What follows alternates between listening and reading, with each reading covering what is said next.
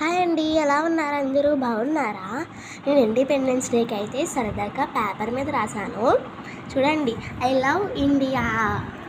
మీకు ఈ ఇండియా అంటే ఇష్టమేనా? కామెంట్ చేయండి. చూడండి, నాకున్న సమయంలో ఏదో నేను ఎలా అయితే ట్రై చేశాను. అందరికీ హ్యాపీ ఇండిపెండెన్స్ డే.